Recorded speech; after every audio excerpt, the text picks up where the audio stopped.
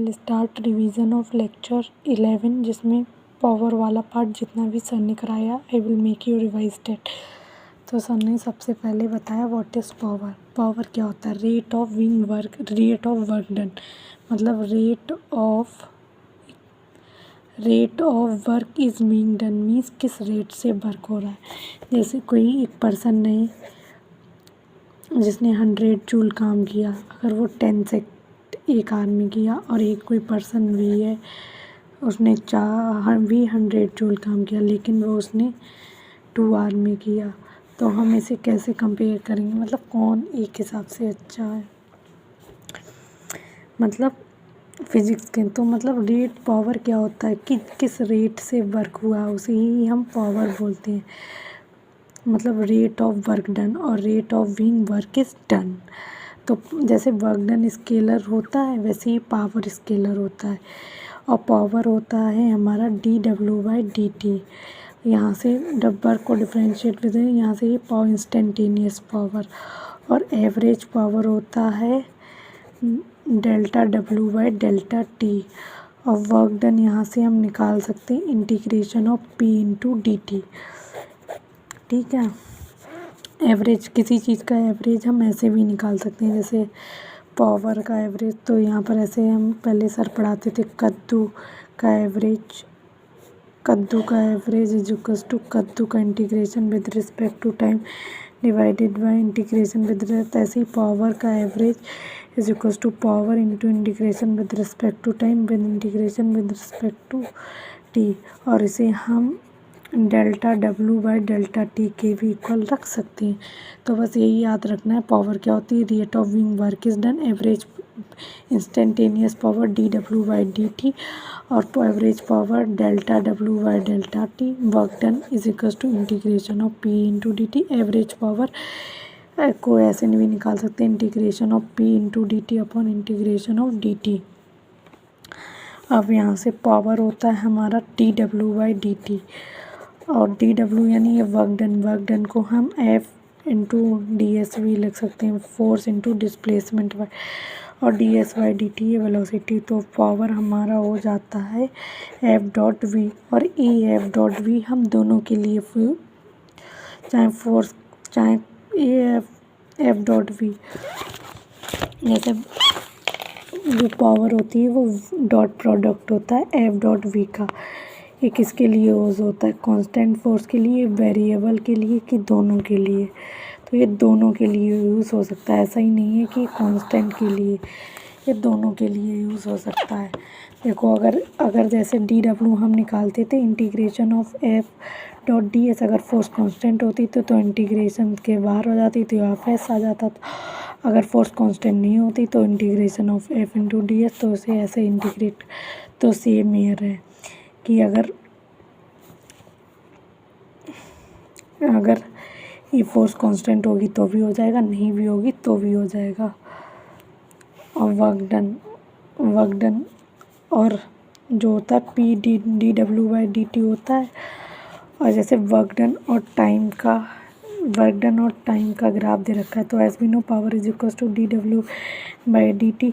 तो dW/dt होता है, तो वर्क और टाइम के ग्राफ के स्लोप से हमें पावर मिलता है, क्या मिलेगा, पावर। और फिर पावर और टाइम के ग्राफ से हमें, कोई ग्राफ है उसके एरिया अंडर द कर्व से वर्क डन मिलेगा, rate of changes work done. जैसे power is equal to dW/dt, तो dW is equal to power into dt, तो work done is equal to P/dt। किसी का इंटीग्रेशन मतलब एरिया, तो power और टाइम के ग्राफ से हमें एरिया मिलेगा, और वर्क और टाइम के ग्राफ के स्लोप से हमें पावर मिलेगा। तो बस यही है, ये फोर्स कांस्टेंट हो तो भी लगा सकते हैं, नहीं हो वेरिएबल फोर्स हो तो भी लगा सकते हैं, ठीक है बस। तो सर ने यही बताया था, rate of being work is done, जैसे वर्क की कोई इक्वेशन दे रखी है उसे डिफ्रेंशिएट करके पावर आ जाएगा उस टाइम में, नहीं इंस्टेंटेनियस। अगर ऐसे पावर की कोई इक्वेशन दे रखी है, work done integration with respect to T, तो यहाँ से पावर पी टी ग्राफ का एरिया वर्क डन बताता है और डब्ल्यू टी का स्लोप फोर्स बताता है। Power is equals to D W by D T F dot D S is equals to F dot V. ये कांस्टेंट के लिए नहीं, वेरिएबल के नहीं, दोनों के लिए हो, मतलब कांस्टेंट हो चाहे फोर्स वेरिएबल हो।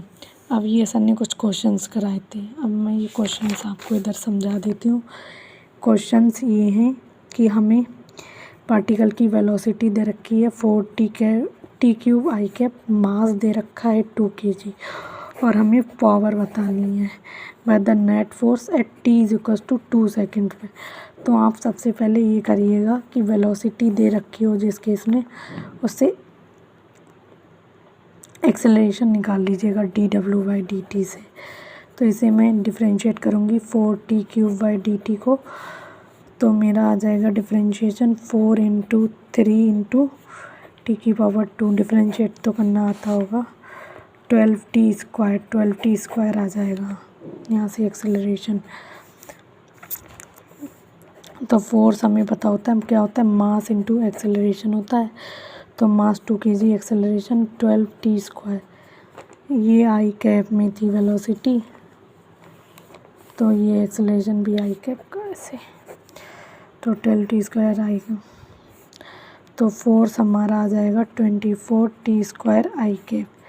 ये आ गई फोर्स की इक्वेशन। और हमें पता है पावर होती है एफ डॉट वी, तो फोर्स और वेलोसिटी का dot product 24 T square I cap, velocity हमें गिवन है 4 टी क्यूब आई कैप, तो इनका डॉट प्रोडक्ट लेंगे तो 24 इंटू 4, 4 4 ज़ा 16 का 6, कैरी 1, 4 2 ज़ा 8 9, 96 टी क्यूब, 96 टी क्यूब नहीं गलत, टी की पावर 5 आ जाएगा।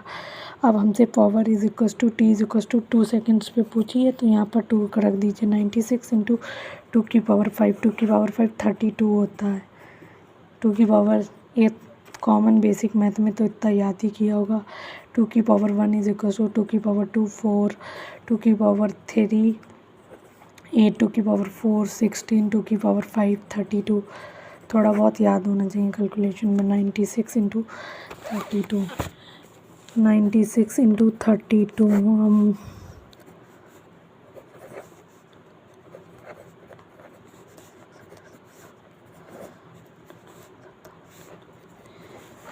3072। ये मैंने वैदिक मैथ से किया है और मैं ऐसे कर रही हूँ, देखो आंसर सेम आ रहा है। 12 का 2 और 1 19,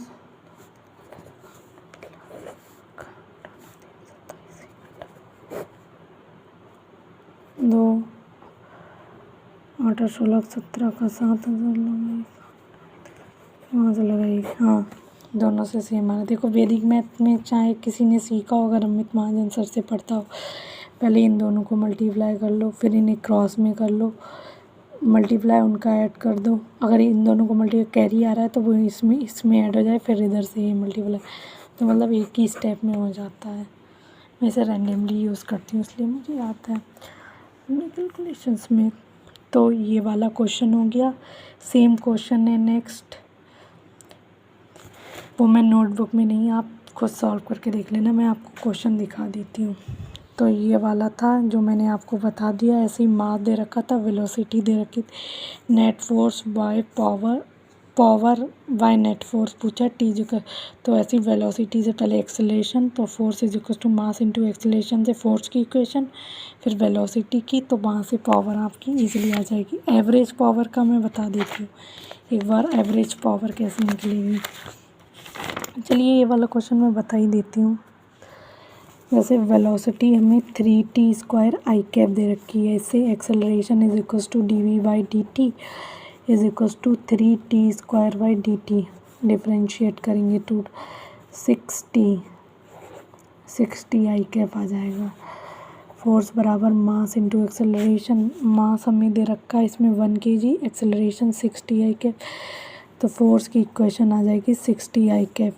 और पावर वेलोसिटी की इक्वेशन हमें दे रखी 3 टी स्क्वायर आई कैप, तो पावर की जो हमारी इक्वेशन बनेगी F dot V is equals to 60 I cap plus वो प्लस कह रही हूँ 60 आई कैप का dot product 3t² I cap से, तो यहाँ से 18t³ आएगा। और इसे ही एवरेज पावर निकालनी हो तो integration of P D T with respect to D T, तो 18t³ upon T with respect to D T upon D T, तो है 18t³ 4 4 अपॉन टी, 2 2 ज़ा 4 2 9 ज़ा 18 9/2 into t⁴ divided by t. Equation आ गई है। इससे आप एवरेज पावर इजीली कैलकुलेट कर सकते हैं टाइम की वैल्यू पुट करके।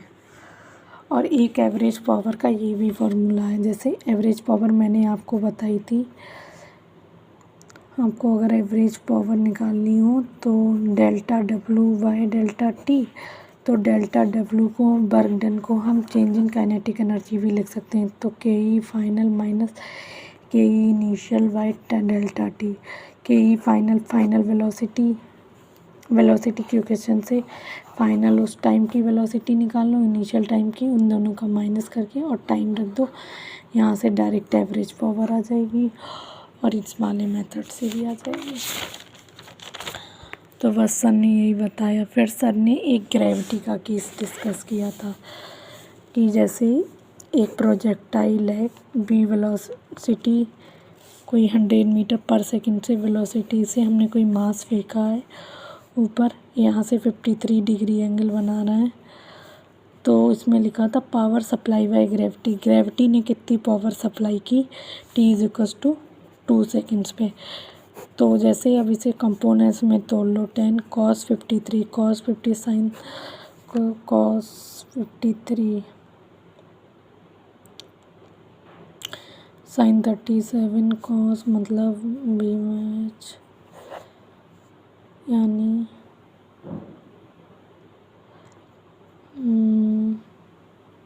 एक सेकेंड, मैं cos की वैल्यू बोल रही हूँ, एक सेकेंड मुझे इतना पता है कि sin 37 की 3/5 होती है, उसमें P3 होता है, तो cos में V3 होगा, 53 में 3 मुझे अपॉन 3/5, 5 दूनी 10, ये 60 इधर आएगा, तो इधर आएगा 100 इंटू cos 50 sin 53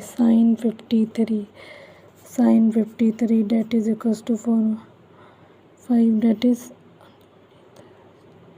80 ऊपर आएगा। तो मतलब वेलोसिटी की जो इक्वेशन आएगी वो 60 I cap plus 80 J cap आएगी। t is equals to 2 second पे वेलोसिटी कितनी होगी, x में तो 60 आई कैप ही रहेगी, लेकिन उससे 20 कम हो जाएगी, 1 सेकेंड में 10 कम होगी ना, जी नीचे की तरफ लग रहा है, तो 60 जे कैप।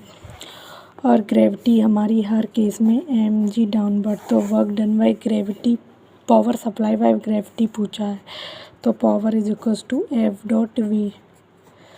तो यहाँ से मास हमें इसका दे रखा है, फोर्स निकाल लूँ, mg जो नीचे की तरफ लग रही है -20, मास 2 kg है और g 10 है, तो -20 जे कैप। तो यहाँ से हम फोर्स की इक्वेशन रखेंगे -20 जे कैप। वेलोसिटी की हमारी आई है 60 I cap, 60 J cap plus 60 I cap. तो जब हम इसका डॉट प्रोडक्ट लेंगे तो हमारा आ जाएगा -1200 वॉट आ जाएगी निकल के पावर। तो बस यही है कि उस सेकंड पे वेलोसिटी की इक्वेशन बना लो, फोर्स निकाल लो, उसका डॉट प्रोडक्ट ले लो, आपकी पावर आ जाएगी। अब मैं इसे एक नोटबुक से समझा देती हूँ। अब पूछा है कि power supply by gravity at the highest point, तो हाईएस्ट पॉइंट पे mg नीचे और वेलोसिटी पूरा इधर, तो उस केस में पावर 0 हो जाएगी। फिर work done by gravity t is equals to 16 seconds में वेलोसिटी का ये इक्वेशन आएगी, क्योंकि 1 सेकेंड में 10 कम होती है, तो z में 16 सेकेंड में 160 कम होगी, पहले +80 जे कैफ थी तो -160, तो यहाँ से -80 जी आ जाएगा, 60 आई कैफ, इसका डॉट प्रोडक्ट लोगे यहाँ पर भी पावर आ जाए।